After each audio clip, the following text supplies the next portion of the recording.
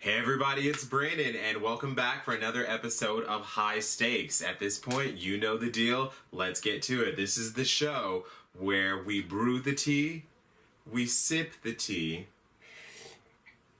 we take the THC, and we spill the tea. Today, I'm rocking my owl cup from my good friend Samantha Steiner, who is doing her doctoral work in voice at The Ohio State University. She's a contralto extraordinaire and is a vocal beast. She is gonna kill it. Okay, you want Brunhilde? Call Samantha. But you want lush, earthy, rich female lullaby and sensitivity?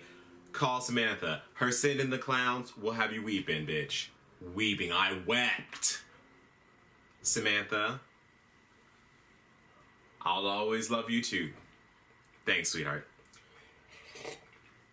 Anyway, so today, as you see, we're Team Green.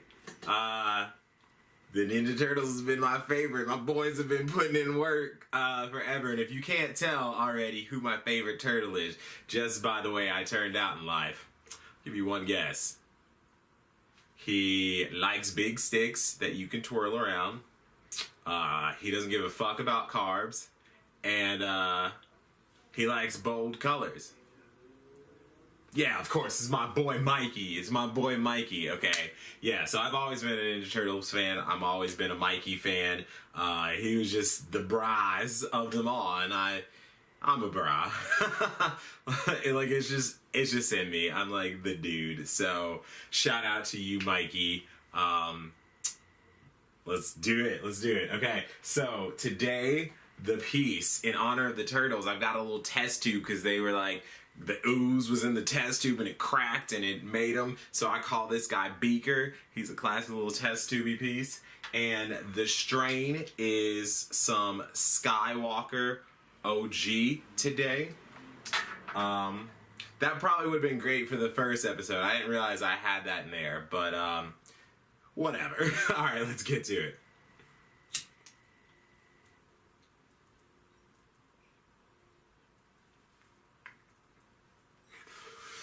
You gotta be careful with pieces like this, because I don't know about you, but that looks like crack pipe. And if that's your thing, again, I am a no judgment person. As long as you're safe and not hurting anybody else, you have the right to make your choice. But I've never been able to stand outside with my friends and successfully hit this piece without feeling like a weirdo, like I'm doing some hardcore Breaking Bad. I am the one who knocks. Sort of shit, you know what I mean? One more.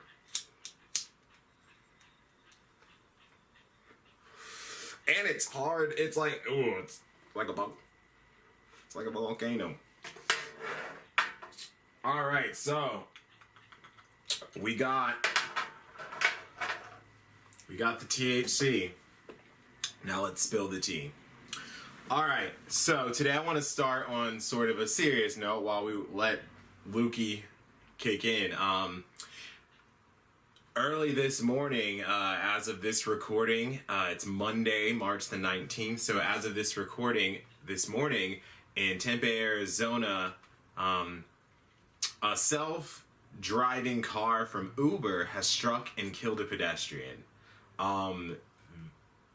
This is crazy, and like I want to bring this up because it like raises that sort of I don't know if you guys seen the show Black Mirror, but it raises that sort of Black Mirror conundrum. Like, okay, we have the technology to have these cars out on the street doing their thing. They're just bumping along, you know, AI, Knight Rider, Kit was in there, you know, he was doing his thing, and he cruising along, and bam, he hit somebody.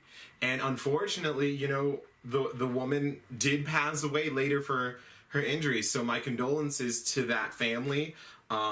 Many blessings to her soul. And I'm sorry, sweetheart, that this had to happen.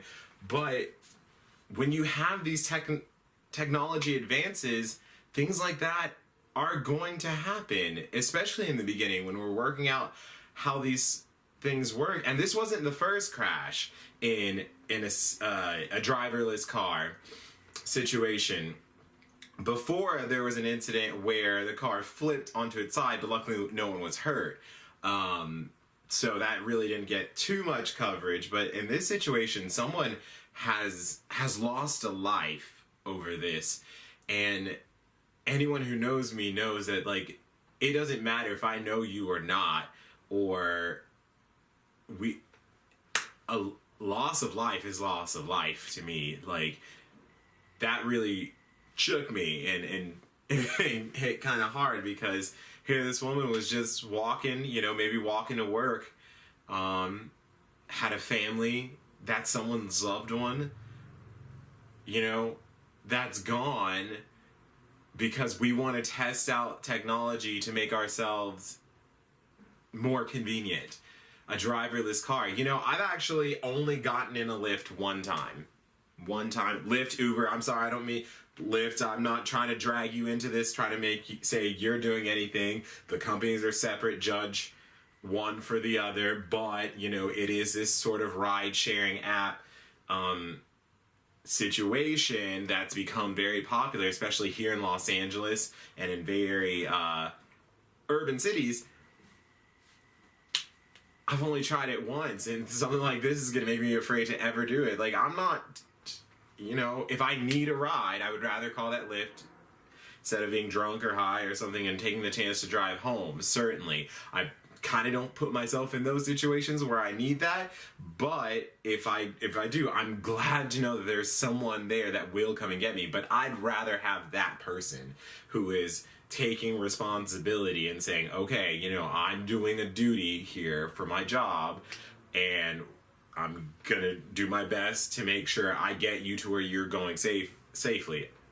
Clearly this car didn't give a fuck, and it's just sad. So, moving on from that, just to get a little bit more into it, did y'all see the news? Oh my god, did y'all see this shit? This company, let me know if you've heard. Cambridge Analytica. Yes, no, okay, well this shit just dropped, and moving from Uber and technology and Black Mirror sort of shit, Cambridge Analytica. This guy came out in an interview. For some reason, the journalist was the one hidden. Guardian, you gonna have to explain that. This was from the Guardian, who reported what I'm gonna show y'all. So shout out to them for the reporting. But I was like, why is the reporter hidden but the whistleblower coming out? He the one that might be in danger, girl. But he came out and he was like, I need to say what I need to say. So come on, what you gotta say? And then from there, it was like you took that to America, to change the perception of reality for America. Yeah. And the reason why he was interested in this is because he follows this idea of the Breitbart doctrine, which is that if you want to change politics, you first have to change culture, because politics flows from culture. And so what I said is that if you want to change culture, you have to first understand what the units of culture are. People are the units of culture. So if you want to change politics, you first have to change people to change the culture. And yeah, so what? For real? Okay, so I mean that makes sense when you really think about it. I was like, wait a second. He onto some shit. Okay, that made sense. And then he said this. Data. And so I went to these profs and asked, like, what do you think, right? So we've done all these cool pilots, but how would you do this for, like, an entire country?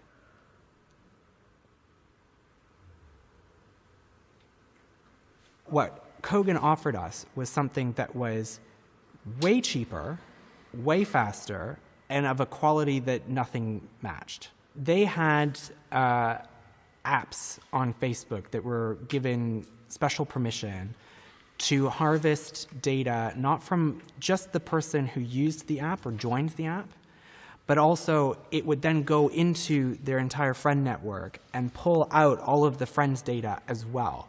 So if one person, if you joined the app, I would not just see your Facebook profile. I would see all of the Facebook profiles of everybody that you're friends with. What? So they had... What? Okay. So you mean to tell me just shut Facebook off? Just shut that shit off. Just shut that shit down.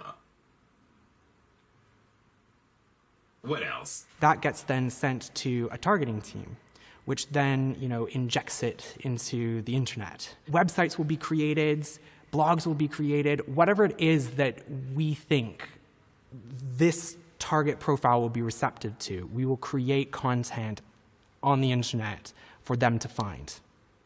And then they see that and they click it and they go down the rabbit hole until they start to think that, until they start to think something differently. Yeah. Instead of standing in the public square and saying what you think and then letting people come and listen to you and have that shared experience as to what your narrative is, you are whispering into the ear of each and every voter, and you may be whispering one thing to this voter and another thing to another voter. We risk fragmenting society in a way where we don't have any more shared experiences and we don't have any more shared understanding. If we don't have any more shared understanding, how can we be a functioning society? So, I don't know about you, but that is some scary, scary shit. That's some scary shit because, okay, take it back to that election. Here in the U.S., y'all know that shook us up, down, sideways, left, right, hi-ya, booyah, orange, red, blue, purple. We have never been so divided. And here they were. Okay, so you like guns, and you a conservative, and you think Barry was was Muslim, and so we know all that. But we also know that type of personality trait likes to go hunting. So we're going to create a hunting blog that happens to slip in that Hillary was working with the Muslims. Or some crazy stuff like that. That's crazy. And so how can you really get mad at your brother and sister across the aisle if they seeing what they need to see, you seeing what you need to see, and we just up here all looking like...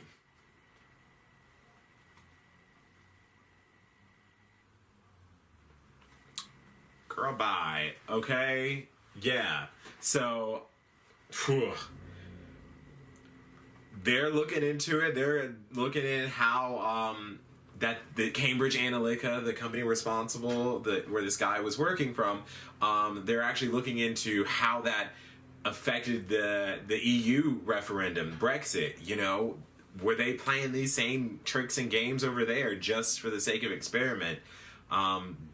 What do you think? Do you want to be... I don't want to be experimented on. The black people we know, right? Tuskegee, okay? Think I wasn't going to bring it up. Think I wasn't going to say it. This is high stakes. I'm going to say it. Tuskegee and Henrietta Lacks, that we already know what it's like, okay? So you need to tell me before you come for my Facebook profile. Shit. And last, speaking of coming for people, okay, so this is going to get me even more heated. Y'all just thought I was heated right there. Donnie coming for my man, and I'm not about to have it. If you remember, for the last episode, I get so flustered when I see him. Robert Mueller is my man. And Donnie think he can come for him now. So, like we talked about last time, Andy McCabe got fired, right? And they talk about the Inspector General made a recommendation that he lacked candor, which mean he lied to somebody, but Andy ain't lied to nobody. He ain't lied to nobody. So we gonna watch what's happening with that. But then now that happened, remember when I talked about Trump lawyer was saying what he had said. And so when he was up there hyping it up, you know, his lawyer, he pumping Trump head up. Trump got bold and was like, yeah, why is Robert Mueller investigating? They already done said they ain't found nothing.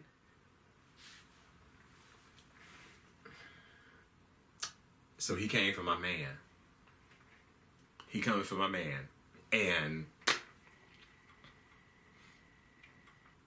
Tammy Wynette is playing in my head, and I'm hearing stand by your man. You ain't gonna get him.